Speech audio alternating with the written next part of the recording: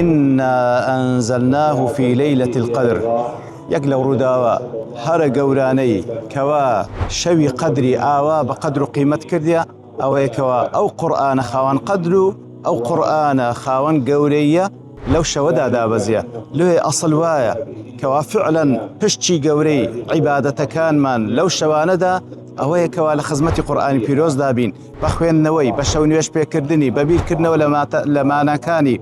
لو كسيشي وكو أسودي كوري يزيدي نخاعي كيقلو كسانك رواية لا دا عاشة دا جيرنو أو آواتي جيشتبو لا باس كردني دا عايشة لبو بيان صلى الله عليه وسلم لك أو شواني بوشيوا زندي دا كردو بتايبتي لقى القرآن دا لبروي لكاتكاني آسايدا أو بيا والحفشة وزاريك دا همو قرآن تواو دا كرد كاتك ورمزان دهات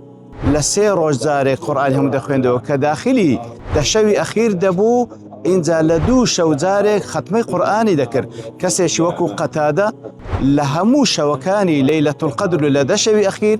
هر شوي ختميش قرآني بيروزي ذكر كواتا أصل وبراستي أو شوانما بشتي قورا لا عبادة كان من لقى القرآن بيروز دابي.